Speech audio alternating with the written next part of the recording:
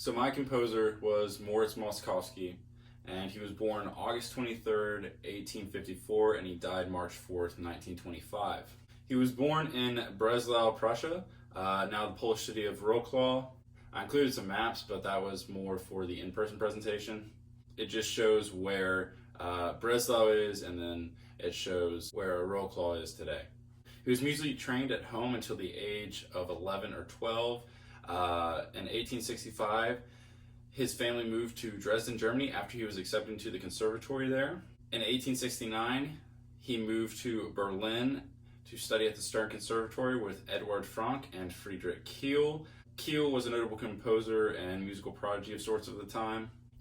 But the Stern Conservatory actually had many notable faculty, which included Hans von Bülow, a distinguished student of Liszt, Franck, Kiel, and then also Schoenberg. After studying at the Stern Conservatory, he later studied at Theodor Kullak's new Akademie der Tonkunst, with Kullak on piano and Richard Verst in composition. The name of that academy just translates to the art of tone, or the new Academy of Tone. He studied with Kullak, who was actually a German pianist and studied under Czerny, and then Verst was actually a pupil of Mendelssohn. After graduating, he was actually invited back to teach at the academy for a little bit. Some of his career highlights include that he was also a competent violinist. He would sometimes play first violin in the academy orchestra. Early in his compositional career, he wrote a lot of large-scale orchestral works, but most of these are lost. Of those big orchestral works, we do have 2 piano concertos. The first one has only recently come to be performed, but the score does not exist on IMSLP. But the second piano concerto, Opus 59 in E major, is very popular, and at the time of Moszkowski, Liszt was actually a big fan of that piano concerto and arranged a concert just so he and Moszkowski could perform the work together on 2 pianos. Moszkowski was a traveling virtuoso, but in the 1880s, his solo performing career diminished due to a neurological disorder. I couldn't find an exact name for the disorder, but this eventually halted his entire performing career, so he instead focused on teaching, composition, and also conducting. In 1885, he was invited to England to join the Philharmonic Society, and later in his life, he would actually be granted a lifetime membership. In 1893, he was elected as a member of the Berlin Academy der Kunst, which is just the Berlin Academy of the Arts. In 1897, he, his wife, and his daughter moved to Paris, where they settled down, and Paris is where he would remain for the rest of his life. Since he could not perform in Paris, he mostly taught and worked on his composition. He did have some students that are pretty notable, which include Joaquin Turina, a Spanish classical composer. Gabi Casadesus, popular piano at the time, is noted for popularizing Mendelssohn's music. Wanda Landowska is a Polish harpsichordist who is credited for revitalizing and popularizing the harpsichord during this time, kind of bringing it back, and is actually the first one to record Bach's Goldberg variations on harpsichord. Yeah, Joseph Hoffman, another prominent pianist. You also have Vlado Perlmutter, who is a pretty well-renowned international pianist who worked very closely with Ravel and performed all of Ravel's works. A quote from Ignacy Paderewski, another Polish pianist of around that time, he's quoted in saying, "After Chopin, Moszkowski best understands how to write for the piano." The decline of Moszkowski's life came around 1910 until his death, and this is where he began to suffer very ill health. His wife and daughter just left him. His popularity was fading. He couldn't perform anymore. The musical style was changing, so his compositional style wasn't as in. So this affected publishers picking up his pieces, and it also affected students wanting to learn composition from him because they wanted to learn the newest style, which he was not doing. This forced him to become a recluse, and all of his creative output virtually ceased. He had a lot of immense wealth from his teaching, composition, and early performing, but all of this faded because he invested his wealth in Russian, Polish, and German securities, which failed after World War I broke out, so he was broke and he was a recluse. Some of his old students in the U.S., including Joseph Hoffman, actually arranged a concert at Carnegie Hall in his benefit where they would perform a bunch of his works to try to help raise money for him. And the concert netted $13,275. Adjusted for inflation in today's time, that would equal about $187,793.67. Before the money could reach him, he died. It was suspected that he died from stomach cancer, though there is not an exact cause down. His music has early influences of Chopin, Mendelssohn, and Schumann. He developed his own distinct style with less emotional range, but shows technical brilliance, melodic appeal, and his knowledge of just how to write for the instrument. His music was forgotten for quite a few years, but due to some musicologists and also performers digging up his music and playing through it and making it more public, he's starting to become a little more well-known. If we look at his output on IMSLP, we can see quite a few different types of pieces, but we're going to only look at a few prominent ones. So the first one I want to look at is the morceau, or a small piece, as it would translate to.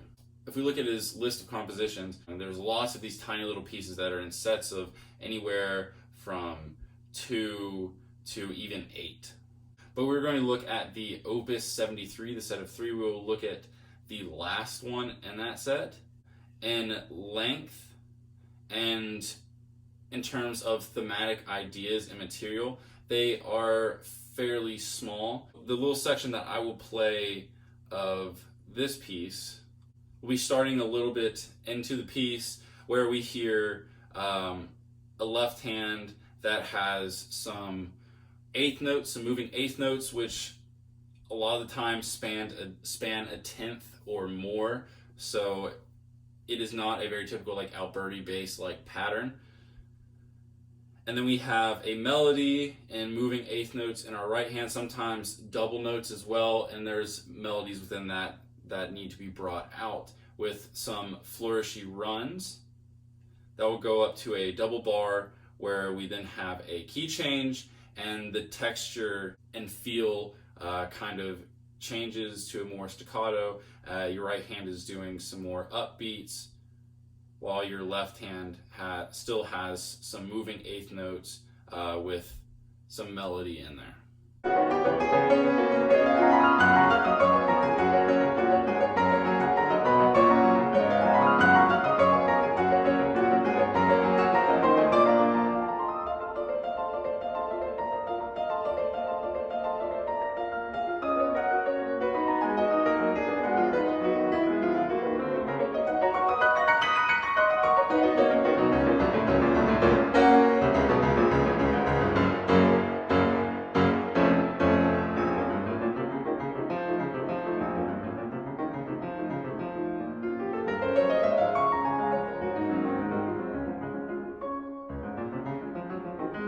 One of his more popular pieces around today and also back in his time was 5 Spanish Dances, Opus 12, and this is for 2 pianos.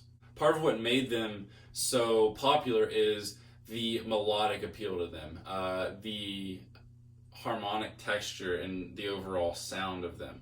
The rhythmic and melodic aspects to them made them very catchy to everyone listening. And there's actually an article that Moszkowski wrote that outlines how he was kind of looking for money. He needed money, and none of his friends had money or they wouldn't give him money. So frustrated, he sat down and wrote the Spanish Dances and sent them to a publisher who offered to pay him very little for them. So he took a very small amount, but then they became very popular and the publisher got most of the rewards from that. So we listen to number 4, just the first little bit of it, to hear some of the melodic appeal and some of that rhythmic appeal as well.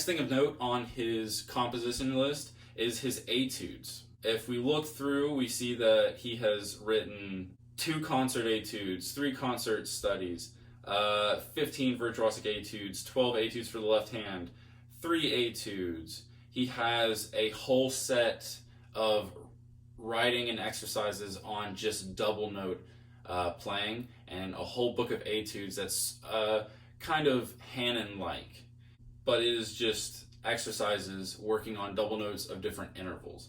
And he does this in every single key. Compared to Chopin's etudes, Moszkowski's etudes aren't on as large of a scale. And even though they do require multiple techniques, they do not just hit one idea the whole time. They are not as expansive in terms of the techniques they use, and the melodic material is still fairly contained and a little bit less expansive than Chopin.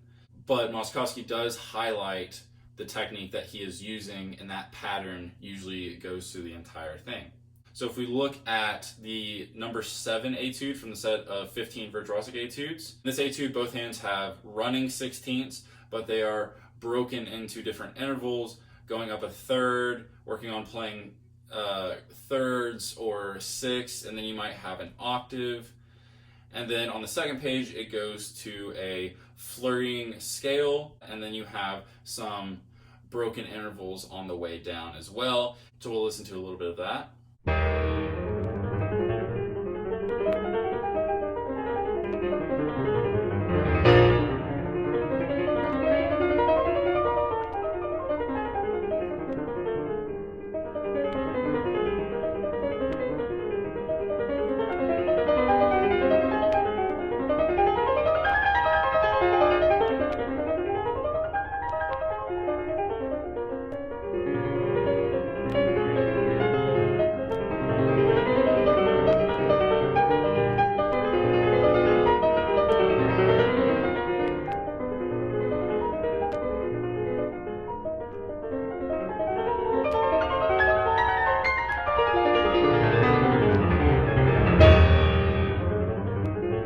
The next thing to take note of is the Piano Concerto, Opus 59. If you haven't listened to this piano concerto, I recommend listening to it. There's a great recording on YouTube. I think it's very beautiful at moments, and it still has a lot of complexity to it that gives the glamour and style and flair of a lot of other piano concertos. But the first movement has a very small orchestral opening, very minimal, and then it goes into a piano cadenza, and we're into this 8th note theme with big chords. It goes into running octaves. There are lots of examples of virtuosity, repeated triplet octaves. You have melodies to bring out within 16th notes, large runs covering the scale of the keyboard, lots of double note playing. There is some harder rhythmic elements to this as well. We're going to listen to a small example that I think is a very beautiful lyrical example that shows how both the parts from the orchestra and the piano mesh together really well to create this wonderful sound and feeling that is just, I think, really great.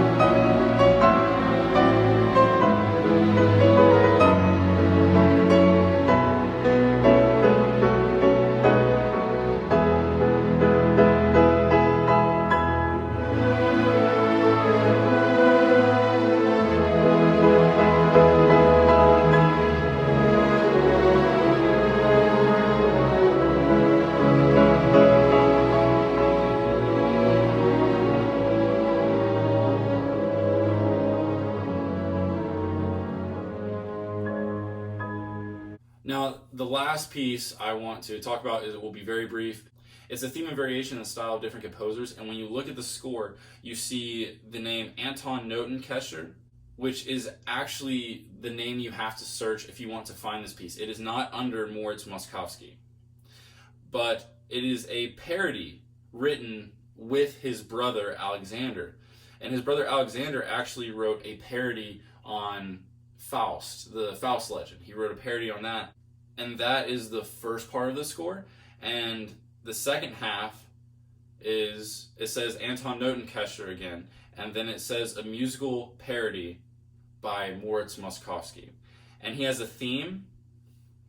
And of course, the variations are different composers that he would have been aware of. Czerny, Clementi, Bach, Brahms, Weber, Chopin, Rubinstein, and then he finishes off with Liszt. All these showing examples of his knowledge of these composers and their compositional style. In the Chopin example, he actually just takes the theme from the A-flat Heroic Polonaise, and that's what he kind of works around.